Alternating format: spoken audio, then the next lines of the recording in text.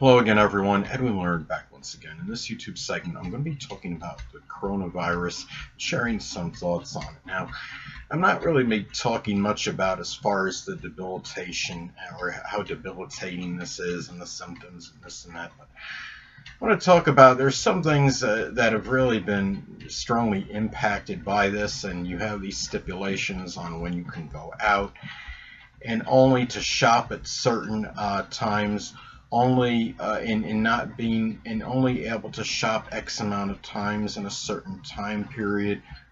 Some places maybe 1 week or 2 weeks, so you can only shop once a week or once every other week. And you can't after shopping you have to wait a certain amount of days before going again to shop. What people got to look at in a broader picture of this is that okay, most of us know about the symptoms of the coronavirus, the COVID-19 or whatever. You know what I'm talking about. This is it's really a lot more than just about the symptoms. It's the fact that it's the frustration that people are going to be going through now. People becoming exasperated over not being able to go out when they want to, the confinement. The thing about it is, I mean, what if people are on such low budgets? If you can only go out, say, if you're in a situation where you can only go to the store once every other week to shop, and what do you do if you don't have people don't have enough for 2 weeks? Then what happens? It's really people have to understand the anger, the acrimony, and all that this exasperation that could come as a result of this. And you might see more violence, and also, of course, domestic violence might escalate because you're going to have a lot more friction because of this.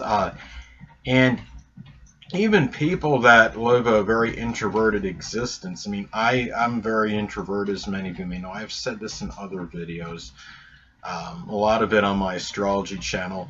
But what you have to understand is that this is a time where the tempers can escalate. We're also in a good part of the world where we're having escalated temperatures now because we have entered, of course, we're well into spring right now. And these months are going to go by, I mean, very quickly. Those of you that have lived a certain amount of years, and I mean, like me, I'm almost 50 years old. A year, in essence, is like nothing to me. And we're going to be in the summer before we know it. And if this coronavirus has not subsided that much by then for a good part of the world, people have to understand the really a lot of it is just going to be this anger level and this frustration, and this coronavirus is going to be a very big source of consternation and frustration for many. And it's a time now where people need to take their chill pills, figuratively speaking, and try not to lash out at others. If it's, I mean, if you're low on food or something, just remember, don't just hurry up and try to play the blame game and go off on somebody and become angry over this, because it's certainly not worth it, and it's not right. And if you're in a domestic violence situation, you're dealing with volatile situations on the home front, I mean, my recommendation is to get some help sooner than later. Don't be afraid to reach out. If you're being threatened by somebody or somebody in your house has intimidated you, I understand that in a way. But you have to understand too that it's going to you're talking about a situation where there might be some shortage on food. If that's the case, tempers will be worse. Situations can only get worse. You may be in a situation where it's hard for you to get out. If you're at the mercy of somebody else, it could be very tough, I'm sure. So it's something where my recommendation is to look out some resources and search online. If you're in a situation where like I stated before, if you're in a volatile situation on the home front, to get some help sooner than later, and don't procrastinate or hesitate, because it's only it could only get worse, and you're dealing with the situation when we're in this crisis right now. And there's some people that are obviously more apprehensive, more fearful than others. That could bring about mood swings, especially if you're dealing with somebody on the home front that's got, very mercurial, fickle personality or what have you.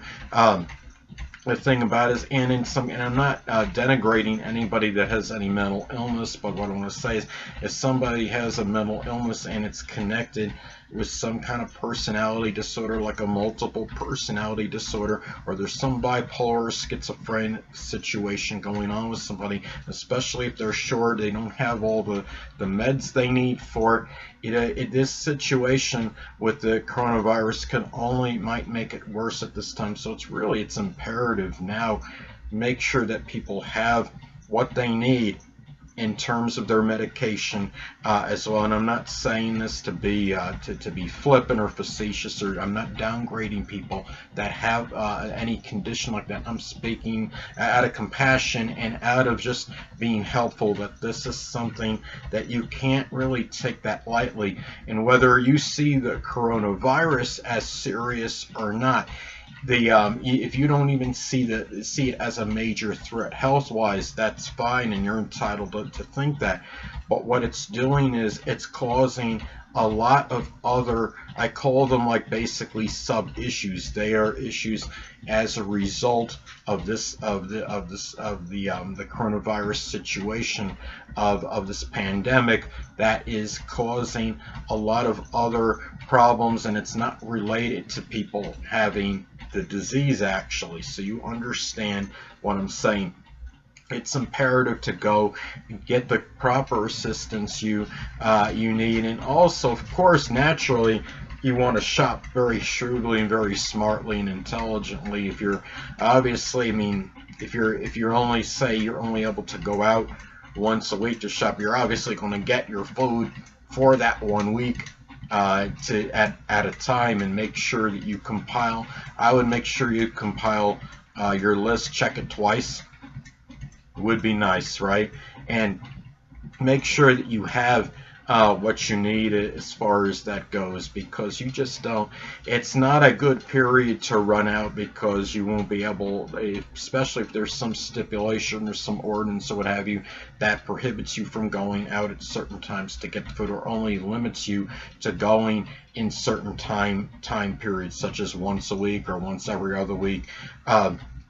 Those are very strict limitations right now. And I think a lot of this, as far as astrologically, there's some of you that have seen my astrology channel, I should say, and you got transit Jupiter, very close proximity to Pluto right now. And Pluto, Jupiter, as I've talked about in previous videos, Jupiter could be it's very paradoxical, could be very strongly benign and benevolent, but it could also have a tendency to enlarge and expand. And this could be enlarging some paranoia, the fact that it's hitting Pluto, but also enlarging power with the government right now, and also there's more of this enlarged power in terms of these restrictions and limitations. Capricorn energy can be very inhibiting. And the thing about this too, it's just something that right now we're looking at a very, very difficult period, and I believe the United States is trying to go all out now. Some might think it's a little excessive and overboard to try to contain people and keep them inside, but I understand why they're doing it. They want to be as stringent as possible, and it's a situation where I understand that if it's people that are used to going out and being gregarious and extroverted and partying, that they want to go out, and they are the ones that are more inhibited. People like me that are reclusive and don't really go out much, it doesn't really affect them that much, but it doesn't change the fact that it's still forced upon you to do something. It makes you feel almost like you're imprisoned. I saw something in a comic. it was something on I don't know if it was on Facebook or some social media site. I think I saw this where it was kind of a reversal in fortune. They had like a depiction or a drawing of people looking in like a zoo or something, or inside, or they were looking in a cage, being on the outside looking in and seeing the animals in there. And then what it did was it showed the animals looking at the people in their houses. And it's almost like, life could be a little ironic. It could be very humorous, there's life can have a sense of humor even if it's warped. But the thing about this is, I just wanted to encourage people not to let this situation, especially the anger aspect and the level that can be connected with this, don't let it make you become overly incensed and take out some anger on somebody, and when they have nothing to do with the situation. Many of you may have heard there was there was a rapper that had gotten shot recently, very young, and I believe his name was Mac P-Dog or something similar to it. And he was, and it's terrible, he was like 24 when he died. And you're probably thinking, well, what does this, Edwin, what does this have to do with what you're talking about, the coronavirus? Well, the thing about it is, life, we know, can be very short. It can come and go. I mean, life can end very unpredictably, very spontaneously, and abruptly. And the thing about this is that the shooting probably had nothing to do with anything with the coronavirus, obviously. But to remember, too, during these times, people are a little bit more terse, a little bit more tense in this period, and anger levels can escalate, and you have the temperatures going up as well. And that's not why that rapper got shot, I don't think. But what point I'm making is that you might see maybe a proliferation in some shootings, and especially in the home during this time, in volatile actions, because people are going to be more upset, because they will be more confined during this time, more so than usual. People will be getting the good old cabin fever, and there's going to be more exasperation, more tension. And this is something to really look at it, understand. People, if you're somebody, like if you're in a place with somebody and you feel like there's familiarity breeds contempt, what you want to do, if you have to kind of keep your distance, then that's what you do. You find your own little place, and you give people their needed space. I think that's imperative as well at this time, because again, I'm sure many of you have heard the expression familiarity breeds contempt, and it could very well apply in this particular instance. So anyway, people, that'll conclude this YouTube segment. Until next time, people, Edwin Learnard saying stay well.